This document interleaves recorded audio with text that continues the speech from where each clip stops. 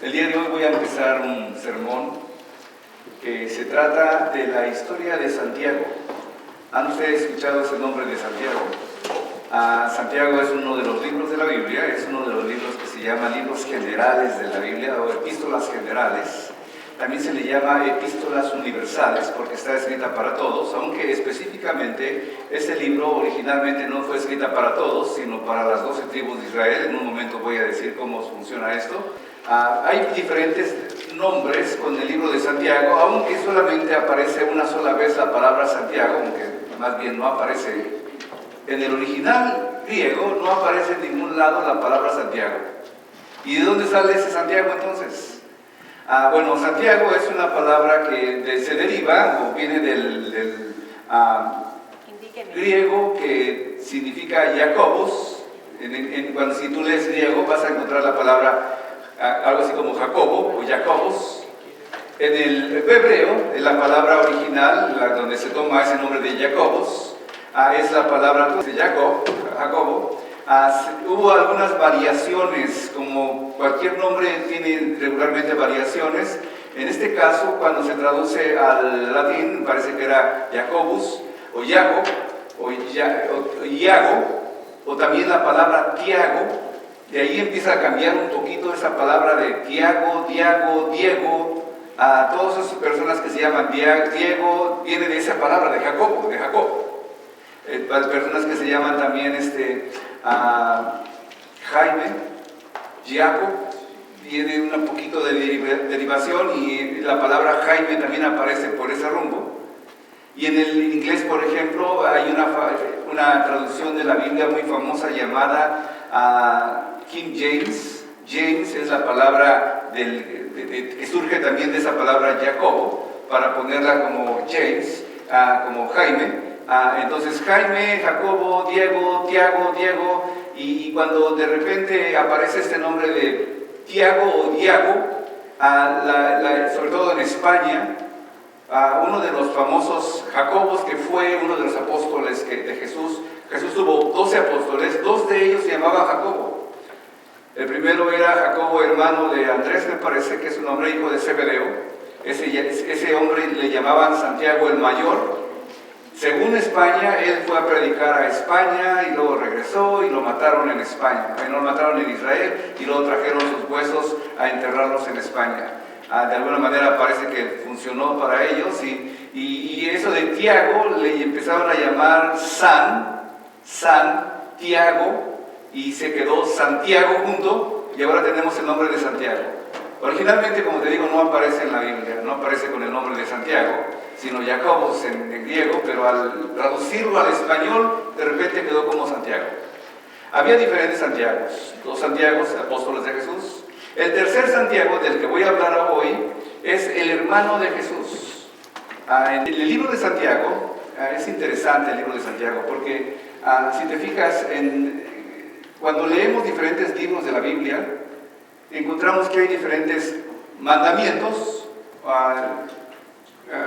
mandamientos en el sentido de palabras que te dicen, haz esto. Es como le llaman aoristo en el griego, es una palabra que te ordena que hagas algo. Y fíjate cuántos mandatos hay en los diferentes libros de la Biblia, incluyendo el libro de Santiago. Se la gana por mucho a todos los diferentes libros de la Biblia. Santiago entonces es un libro que realmente te manda a hacer cosas, no nada más te dice que creas, que te la pases bien, que descanses en Dios, sino te manda a participar en la doctrina del Señor. Otro pensamiento de esto, bueno, una idea más, en el libro del Antiguo Testamento, obviamente el libro de Salmos, que es uno de los más grandes, tiene muchos mandamientos. Pero, aunque si no sabían, se la gana Joel, que está por mucho adelante de Salmos. Pero comparado de Joel y de Santiago, Santiago le gana en mucho al libro de Joel en cuanto a cuántos mandamientos hay o cuánto porcentaje del libro aparece como mandamientos. Entonces, cuando alguien lee Santiago, se va a encontrar que va a haber muchos mandamientos, muchas cosas que te manda a hacer, ¿sí? Siguiendo la idea de esto, ¿sí? Otra vez aparecen diferentes Jacobos. El que voy a hablar yo es el libro de Jacobo, hermano de Jesús, que posteriormente pasó a ser nombrado Santiago. Pero tú dices, pero dice la Biblia, o sea, obviamente dice la Biblia que los hermanos de Jesús no creían en Jesús. Bueno, Jesús empezó su ministerio con sus hermanos, lo consideraban como no el Señor, no querían nada de Él. En Juan capítulo 5, versículo 7 dice que sus hermanos no creían en Él. Cuando Jesús llegaba al pueblo donde ellos eran, Nazaret, los hermanos salían y le decían, oye, ¿por qué no te vas a Jerusalén? Allá te van a hacer caso. O ve a otro lugar, no te queremos aquí. Sus propios hermanos no creían en Jesús. Entonces, ¿cómo fue que Jacobo llegó a ser, o como Santiago, llegó a ser un discípulo de Jesús? Bueno, según el libro también de Corintios, el apóstol Pablo dice que se le apareció a los 12 apóstoles, Jesucristo después de resucitado, se le apareció también a 500 hombres, y se le apareció a Jacobo, su hermano de Jesús.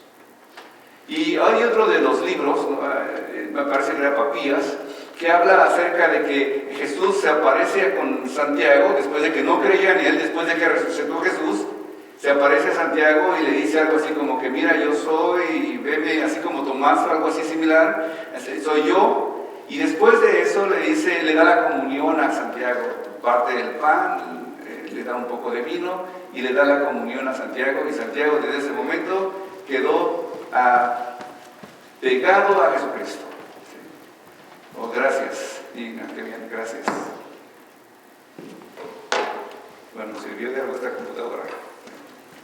¿Ya se cerró?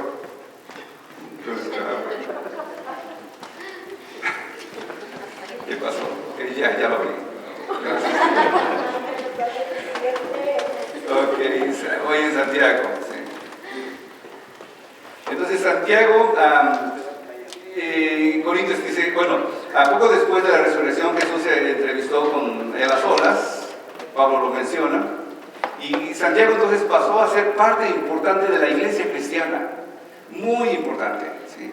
Tan importante que encontramos su mensaje en diferentes pensamientos a través de la historia.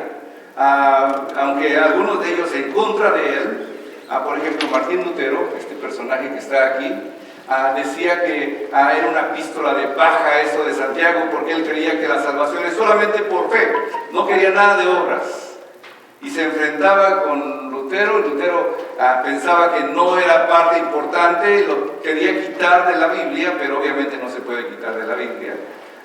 Pero otros reformadores como Wesley y otros diferentes dijeron que era uno de los pasajes, uno de los libros más importantes que podemos encontrar nosotros. Otro pensamiento también que surge de aquí es que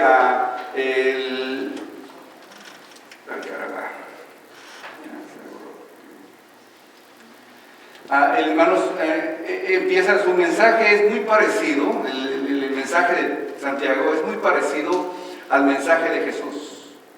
Jesucristo no era muy teólogo en cierta manera. No habló de la justificación, de la santificación, de la regeneración, de todas las acciones que nosotros ahora ya sabemos. Jesucristo era algo así como alguien que predicaba de una manera sencilla y que cualquier persona le podía entender. Hablaba con parábolas y decía, el Evangelio, el reino de los cielos es como un hombre que sembró un campo. Y la semilla, una parte cayó en buena tierra, otra cayó en piedras, y da ejemplos sencillísimos para que la gente entienda. El libro de Santiago vamos a encontrar que está en la misma categoría de enseñanzas completamente sencillas y básicas. Si alguien no sabe nada de la Biblia y lee el libro de Santiago, va a decir, este hombre es una persona sencilla que puede hablarme directamente sin que tenga que interpretar qué significa eso. Es sencillo, muy sencillo el libro de Santiago. Otra cosa importante también dentro de ese libro es que, como te digo otra vez, hay un paralelo entre una cosa y otra. En el siguiente sermón yo creo que voy a hablar un poco más de ese paralelo que hay entre el mensaje de Santiago y el Evangelio de Jesús. No habla tanto de la salvación por la fe, aunque habla de la fe, voy a hablar ahorita de la fe. Pero por ejemplo, miren lo que dice Santiago, sed hacedores de la palabra y no tan solo oidores engañados a vosotros mismos. Y Jesús dijo, cualquiera pues que me oye estas palabras y las hace, lo compararé a un hombre que edificó su casa sobre la roca. Otro pasaje dice, hermanos míos, ¿acaso puede la higuera producir aceitunas o la vid higos? Así también ninguna fuente puede dar agua salada y dulce. Y Jesús decía, por sus frutos los conoceréis. ¿Acaso no se recogen uvas de los espinos o higos de los abrojos? No. ¿Sí? Y Santiago decía, un solo es el dador de la ley que puede salvar y perder. Pero tú, ¿quién eres para juzgar a otro? Y Jesús había dicho, no juzguéis para que no seáis juzgados. O sea, las mismas palabras casi que decía Jesús, ahora las está repitiendo Santiago. ¿Y por qué Santiago era importante? Porque cuando los apóstoles empezaron a esparcirse por todas las naciones, llevando el evangelio para todo lugar, siendo perseguidos, o también buscando un lugar para vivir, dice en el libro de Corintios, por ejemplo, que hubo mucha hambre en Jerusalén después de que sucedieron todas esas cosas. Y obviamente cuando hay hambre, no sé si tú vienes de un país donde ha pasado hambre, la gente emigra para todos lados, a un lugar donde pueda autosostenerse. Los judíos que vivían en Jerusalén, junto con cristianos y no cristianos, se fueron a otro lugar para buscar sobrevivir la vida y sobrellevarla. Pablo, como te digo, recogió en diferentes iglesias ofrendas para mandárselas a esa gente que estaba padeciendo necesidad. Y Santiago, que se había vuelto un predicador, no nada más había vuelto un predicador sencillo, se había vuelto la cabeza de la iglesia de Jerusalén, encima de Pedro. Dices, pero Pedro era la cabeza de la iglesia, era Santiago. Cuando hacen el primer concilio y hay un debate entre si aceptamos a que los cristianos que aceptan a Jesucristo tengan que judaizarse y tengan que volverse judíos y tengan que circuncidarse, hacen un debate entre todos y de repente se ponen como un acuerdo. Pedro dice, sí, yo no estoy de acuerdo en eso, y Santiago se levanta y dice la última palabra. No vamos a pedirles que hagan eso, vamos a pedirles solamente que se acuerden de los pobres, que se guarden de sangre de ahogado, pero no vamos a meterlos en la circuncisión. Entonces, la teología de Santiago, vamos a darnos cuenta que es una teología sencilla. Él era la cabeza de la iglesia. Si hubiera habido un papa que se le llamara así papa, sería Santiago. No sería Pedro, no sería Pablo, aunque fueron grandes influenciadores de la doctrina cristiana, pero Santiago fue el líder de los demás. ¿Cómo lo pusieron en ese lugar? Bueno, pues posiblemente vieron en él parte de la sabiduría que había en Jesucristo, y los mismos apóstoles dijeron, tú vas a ser nuestro líder, y pusieron a Santiago encima de los demás. De esa importancia tiene el libro de Santiago. Otra cosa importante también que encontramos en el libro de Santiago es que Santiago es muy parecido también a los proverbios. En este pasaje, en este sermón de hoy, no voy a tratar mucho acerca de la sabiduría, pero Santiago habla continuamente de la sabiduría. Y por los primeros 10 capítulos del libro de Proverbios, la sabiduría es la parte esencial de ese pasaje, de ese libro. Entonces, él va a hablar mucho acerca de la sabiduría que hay en el cristiano. ¿Sí? Entonces, la sabiduría es un pensamiento importante en la Biblia, y lo vamos a ver como Santiago también de alguna manera lo incluye en su sermón que está enseñando. Si alguien lee Proverbios, dice en la Biblia, se va a volver sabio.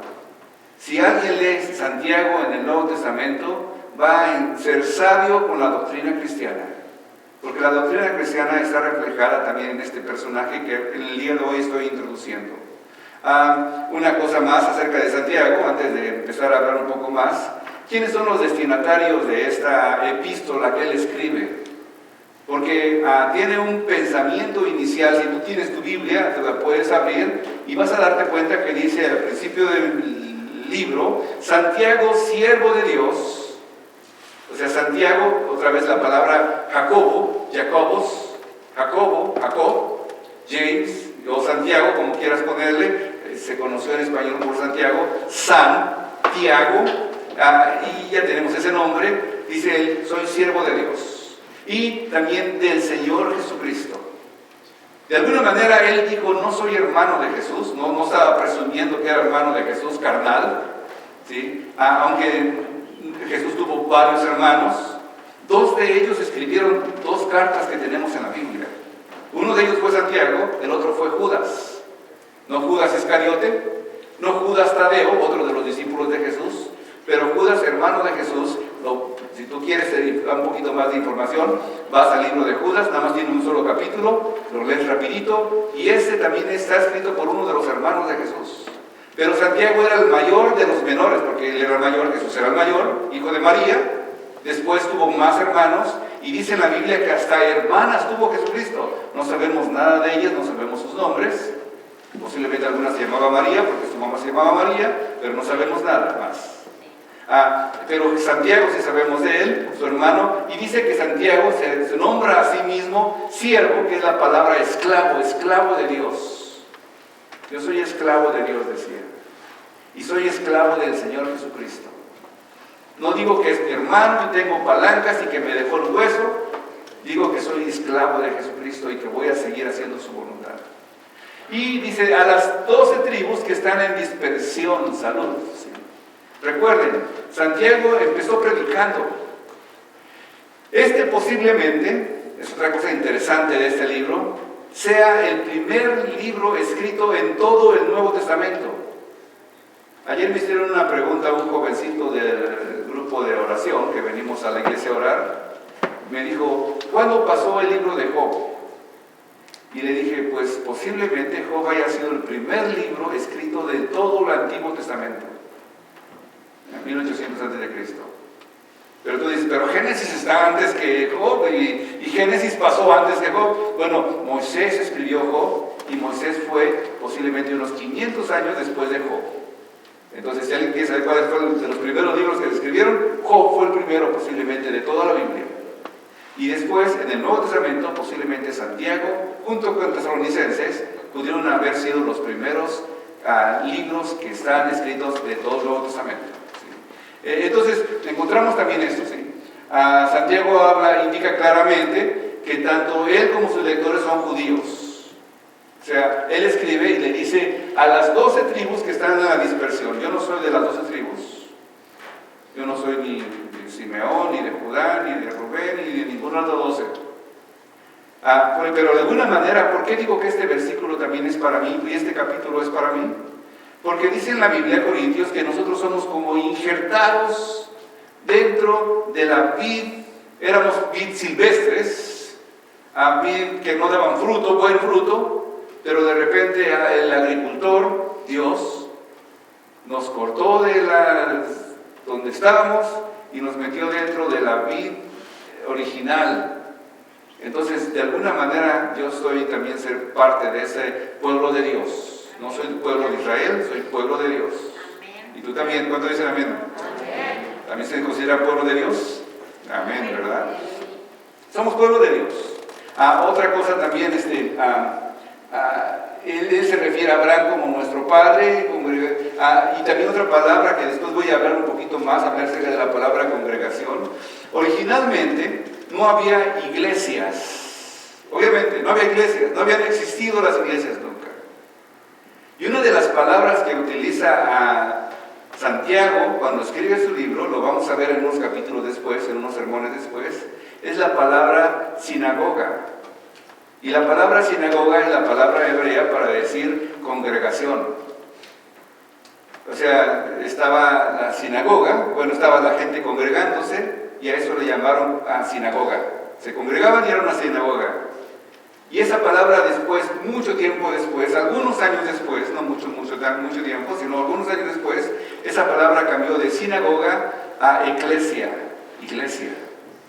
Pero originalmente la palabra que Santiago utiliza aquí es sinagoga, diciendo no la sinagoga de los judíos, sino la sinagoga de la congregación de los justos. Está hablando a personas, como te digo, que de alguna manera estaban conectados con sus raíces judías. Él era judío, y aunque tú no lo creas, los primeros cristianos en la historia de la Biblia, en la historia de Dios, son judíos, porque la salvación vino de los judíos. Jesús era judío, por si no sabías. Me encontré por allá un mexicano ahí que me estaba alegando que los cristianos vienen de Estados Unidos, son ricos, y le dije, estás equivocado, ¿sí? Porque ni gringos ni mexicanos, los originales cristianos son judíos. Son judíos, vienen de allá, 12 tribus, Este pastor estaba hablando con su congregación que se había dispersado por las naciones, que había tenido que salir por causa de persecución, por causa de hambre, o por causa de que querían predicar la palabra y fueron a predicar. Se quedó de repente con muy poca gente porque la mayoría había salido a predicar. Y a ellos les escribe esta carta. La primera carta escrita posiblemente del Nuevo Testamento. Es más, Santiago se le conocía, este personaje del que estoy hablando en ese momento, se le conocía como el hombre de las rodillas de camello, porque dicen en la historia de él que se la pasaba orando la mayor parte del tiempo. Y como se le pasaba orando, si alguien se la pasa orando mucho tiempo, sus rodillas se vuelven bien duras. Y a él se le consideraba un hombre que tenía rodillas de camello porque sus rodillas estaban bien duras. ¿Sí? ¿Cuándo se escribió? Bueno, se escribió lo más probable en el año 44 después de Cristo, después del año 44 después de Cristo. En ese año de 44 después de Cristo fue cuando mataron al otro Santiago, pero la iglesia empezó a fortalecerse más también. El primer Santiago, Santiago el Mayor, fue muerto en ese momento. Y no después del año 62. Posiblemente en ese transcurso de tiempo pudo haber sido escrito. Cuando tú lees a algún comentarista, te vas a dar cuenta de que hay diferencia de pensamiento entre cuándo se pudo haber escrito y cuándo no. Mi pensamiento es que más pronto que más tarde. No más del 62, pero posiblemente no menos del 44. Entonces pero ¿cómo se predicaba? Entonces, ¿qué pasaba con la iglesia para convertir nuevos hombres? No tenían la Biblia, no tenían el Nuevo Testamento. Tenían el Antiguo Testamento, como todos los judíos, pero no tenían el Nuevo Testamento. Bueno, la manera que predicaban ellos, esa palabra, predicar, se llama carigma. Se la pasaban carigma por todos lados, predicaban por todos lados. Predicaban en el templo. ¿Dónde se reunían? ¿Tenían templos? No tenían templos. Se reunían en los patios del templo, o se reunían en los jardines de las casas, o se reunían en algún parque. Cuando les perseguían demasiado, buscaban algún río y se iban a reunir ahí por alguna noche, por ahí que se ponían de acuerdo. Pero no había templos, no había iglesias. La primera iglesia que hay noción de ella y que supuestamente fue estructurada como iglesia es hasta el 200 años después de Cristo. Antes de eso, los cristianos se reunían en las sinagogas, algunos de ellos, o en donde pudieran, en los patios de las casas, en los jardines, en las casas mismas. Ahí era su lugar de reunión. Ahí es el origen de lo que nosotros llamamos iglesia. Ahora tenemos este lugar tan bonito que estamos disfrutando, pero originalmente no siempre fue así. Se reunían en las casas, y por eso de alguna manera tenemos que regresar también a las casas. Otra vez la palabra sinagoga aparece, lo vamos a encontrar después en el libro este libro de Santiago. Y también vamos a ir directamente ya. ¿Qué pasa con esta idea de Santiago? ¿Qué podemos aprender de Santiago? Pequeño pensamiento. ¿Sí? A las 12 tribus de la dispersión, número 1. ¿Sí? Número 2, esparcidos por todos lugares. Le dice a las 12 tribus que están en la dispersión en la diáspora. La semana pasada presenté un pastor y dije, este pastor pertenece a la diáspora venezolana. Quiere decir que ya no está en su casa, que tuvo que salir de su país y que está ahorita aquí en este lugar. Pero de alguna manera yo creo que yo pertenezco también a la diáspora mexicana. No estoy en mi casa, estoy en un país que no es el mío. Aunque ya es el mío últimamente, porque ya tengo 25 años aquí, entonces ya puedo llamar también mi país, pero no es mi país. Entonces todavía voy a mi casa a ver a mis padres porque ya son mis raíces, pero todavía regreso para acá. Y quizá algunos de ustedes también tengan esa posibilidad de hacerlo. Ir de donde son, pero regresan de nuevo. Entonces están como una diáspora. Entonces este pensamiento que va a empezar a dar Santiago nos da directamente a nosotros que estamos en la diáspora, que estamos lejos de la tierra de donde nacimos.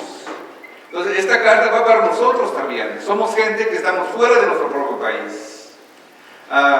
Dentro de ese pensamiento, de esa diáspora, empieza luego hablando al tema, no da saludos, no manda saludos a los hermanitos de aquí, los hermanitos de allá, va directamente al grano.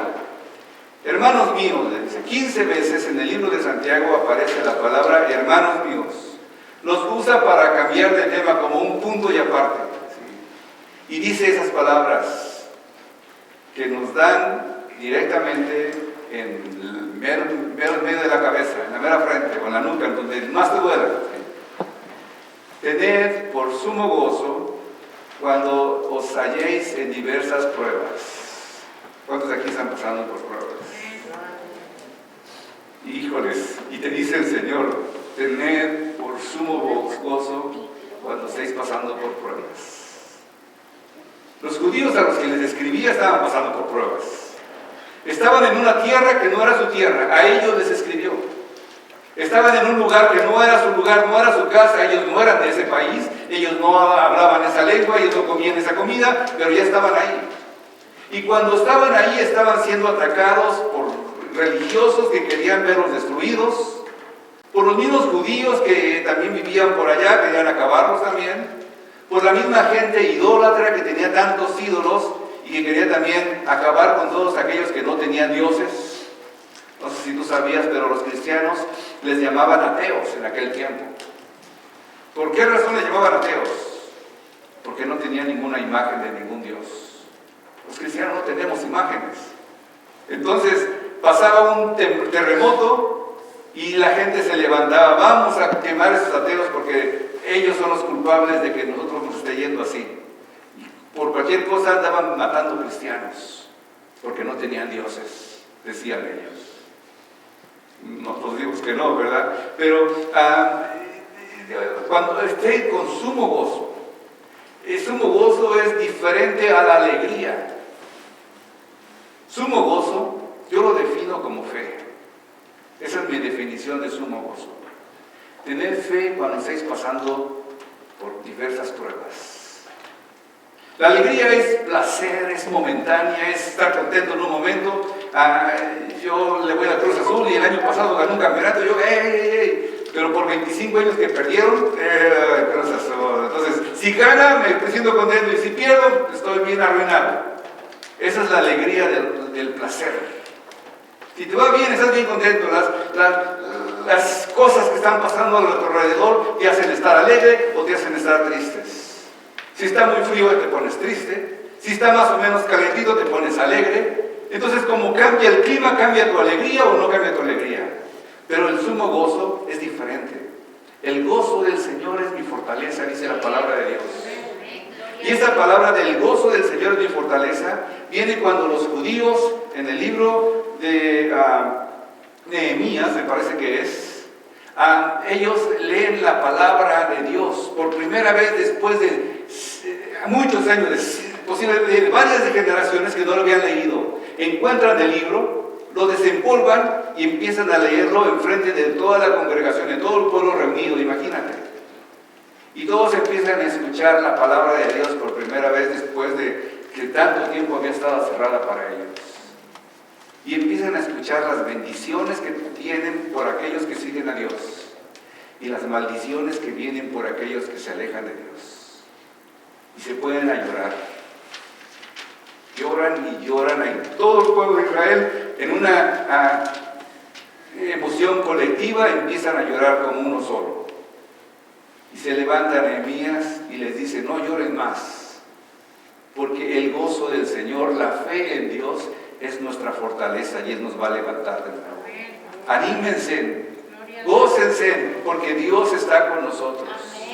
Ellos decían, no, pues por eso que estamos leyendo, estamos condenados y no tenemos patria y nuestra ciudad está destruida, el templo está destruido, todo está destruido. Pero Nehemías decía, pero el Señor está con nosotros independientemente que estemos destruidos, que estemos acabados. El gozo del Señor no nada más es alegría. Alegría la podemos tomar en cualquier momento. Alguien se puede sentir contento de tomar una copa, se le acaba y ya se le acaba la alegría. Alguien puede sentir contento de comprar un vestido, se siente contento por un ratito, ya después se acostumbra y ya no se siente tan contento. Alguien se siente contento por comprar un carro, está bien contento con su carro por todos lados. Después de un tiempo, mi carro, déjenlo allá afuera, que se llene de nieve. Alguien se puede sentir contento por comprar una casa, está tan emocionado por su nueva casa. Después de unos años, mi casa, sí, ya hasta me cansé, ya que hasta quiero cambiarla. ¿Sí? Lo mismo de los matrimonios, pero eso no me meto. Es que no es nada más la alegría de estar contento por algo, sino el gozo del Señor es mi confianza en que Dios está conmigo. La confianza en que independientemente de lo que estoy pasando en este momento, yo sé que Dios ha estado conmigo y lo seguirá estando. ¿Cuánto dicen amén con eso? Es más allá de solamente estar contento por un ratito. Es estar seguro de que aunque me está yendo muy difícil, el Señor sigue estando conmigo y yo tengo sumo gozo, el gozo del Señor que es mi fortaleza. En diversas pruebas, sabiendo que la prueba de vuestra fe produce paciencia. La prueba de vuestra fe produce paciencia. Y aquí el gozo otra vez, el gozo para algunos nada más bueno, el gozo que resiste la prueba es un estado de ánimo continuo, confianza, seguridad, tiene en base la fe. El gozo del Señor es la fe que contagia a otros. Alegría, en cambio, alegría cambia con las pruebas. Es placer la alegría, cambia según las circunstancias. Y como estas no siempre son buenas, la alegría es pasajera y se basa solamente en el deleite. Yo me siento contento hoy, ¿sí? ¿Por qué? Es que me pagaron mi salario el día de hoy, ¿sí? Y el fin de semana, cuando ya no te alcanza nada, ya estoy triste porque ya se me acabó mi salario. Pero el gozo del Señor es diferente. Continuando con el pensamiento, ¿sí? Que dice en la Biblia que tenemos que tener paciencia. Y paciencia es tolerar a las personas o las cosas y sobrellevarlas. No me gusta la paciencia, déjeme decirles. Es cansado, es pesado tener paciencia. Pero tiene uno que aprender la paciencia. Es más, les enseñamos a nuestros hijos a tener paciencia. Si no les enseñas a tus hijos a tener paciencia, los estás echando a perder completamente. Los estás enseñando a ser egoístas. Los estás enseñando a ser codiciosos. Los estás enseñando a no tener medida. Recuerdo en México, en mi cumpleaños número 27, 28 más o menos, hace mucho tiempo atrás. La congregación de ahí, pues me invitaron a comer una comida sorpresa. Me dijeron, vaya a comer a tal casa, ¿no? Fui a comer a esa casa y de repente empezaron a llegar los hermanos unos tras otros, y unos con cierta comida y otros con otra comida, y uno con un pastel grande también, y yo bien contento con todos los hermanos. Y de repente una hermana, y es que estábamos comiendo todos en la mesa, bien contentos, una hermana de la iglesia se acerca conmigo y me dice, hermano, con mucha pena, le quiero pedir por favor que si parte el pastel y le da un pedazo de pastel a mi hijo, porque mi hijo me está pidiendo y me está exigiendo que le dé ahora mismo un pedazo de pastel.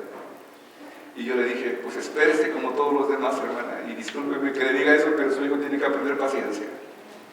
¿Qué hay del padre o de la madre que le da todo a su hijo cuando lo quiere, cuando lo reclama, y no le enseña paciencia a su hijo? Lo está echando a perder. Dios nos está enseñando paciencia con las tribulaciones y con las pruebas.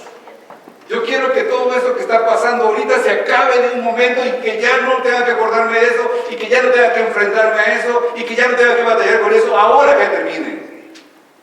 Y el Señor me dice, espera tu tiempo porque estoy enseñándote paciencia. Señor, pero no me gusta la paciencia. Pues aunque no te gusta, tienes que aprenderla, amigo. Dios no está interesado en que nosotros seamos muy ricos ni muy poderosos.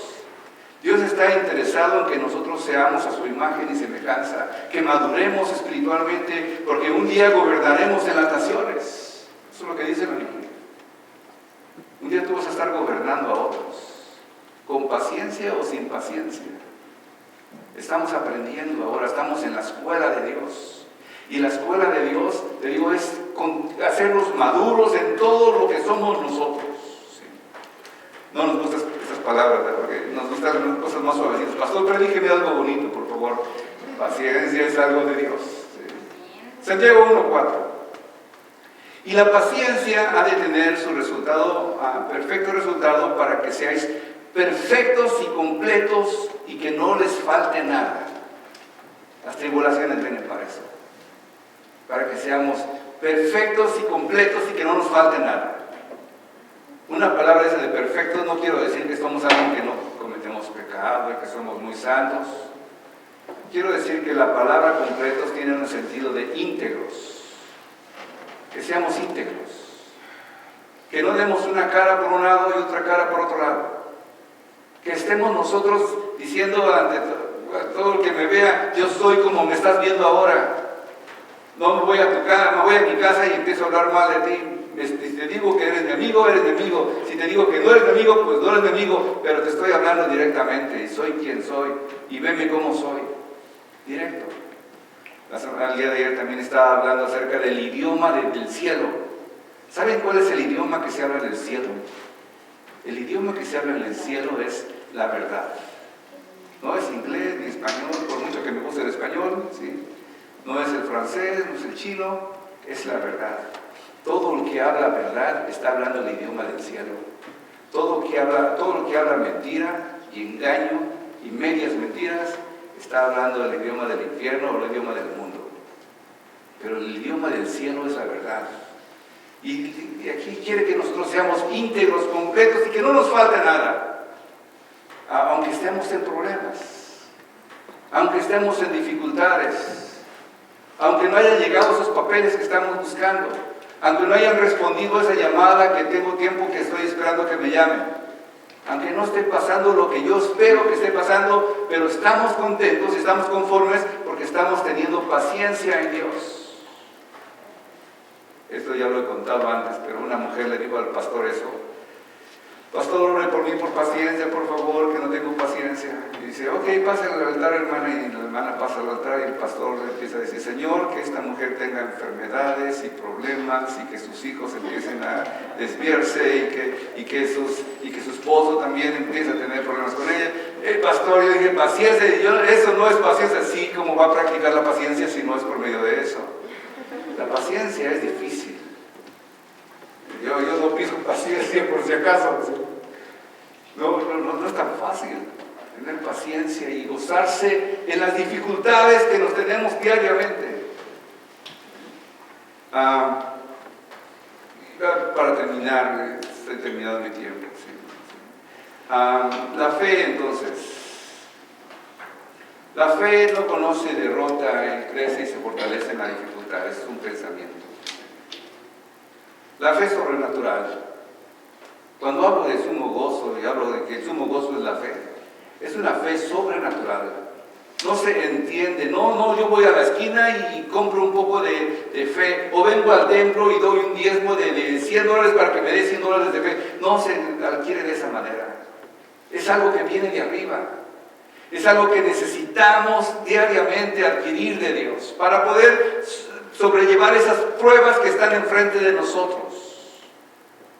No es tan fácil. No nada más es un argumento, no es con argumentos y razones y técnicas para hacer cierta cosa u otra. Vienen de escudriñar las Escrituras. La semana que entra voy a empezar con un versículo que dice: si alguno tiene falta de sabiduría, porque aquí en este pasaje último que estaba leyendo habla acerca de que la paciencia tiene como resultado ser perfectos y completos. Y luego empieza a hablar acerca del apóstol Santiago de la sabiduría. Si alguno tiene falta de sabiduría, el versículo 5, el siguiente, donde voy a empezar la semana que entra y donde voy a terminar hoy. Si alguno tiene sabiduría, pídala a Dios, el cual le da a todos abundantemente y sin reproche. Pero pídala con fe, no empieza a hablar de la fe después. Pero esta es algo que es sobrenatural. No es natural, no es algo que es real, que es de un momento a otro y es nada más del domingo, no nada más es de un solo día. Y voy a terminar con esta anécdota de un hombre. ¿Sí? Un hombre llegó a España, misionero, predicador, tocó una puerta, salió una mujer, él le dijo: mire, vengo a hablarle de Jesucristo, nuestro Señor, Rey de Reyes y Señor de Señores. Nació de María Virgen y fue crucificado y resucitó al tercer día. Vengo a hablarle de este Jesús. Y la mujer se puso contenta, lo que no pasa en España. Le abrió la puerta y dijo, pase por favor, quiero hablar con usted. Alguien como usted estaba esperando, pase, lo pasa a la sala. Voy a mostrarle algo, le dice la mujer al hombre que iba predicando. La mujer sube las escaleras y baja con una cajita bien bonita, adornadita, ¿no? Muy cuidada, muy limpiecita la cajita. Dice, mire lo que tengo aquí. Y abre la cajita, esta mujer contenta, orgullosa de lo que tenía enfrente de ella, y saca un pedazo de madera, un pedazo de madera, y le dice a la mujer, esta es una madera de la cruz de Cristo. El hombre pensó, si todas las maderas de la cruz de Cristo en el mundo se juntaran, a lo mejor construíamos una catedral con eso, ¿no? Pensando, eso está medio mal. Pero en lugar de criticarla, le dice, bueno, ¿a qué preferiría usted tener? ¿La pedacito de madera que tiene ahí o la cruz entera? Le dice la mujer, la cruz entera.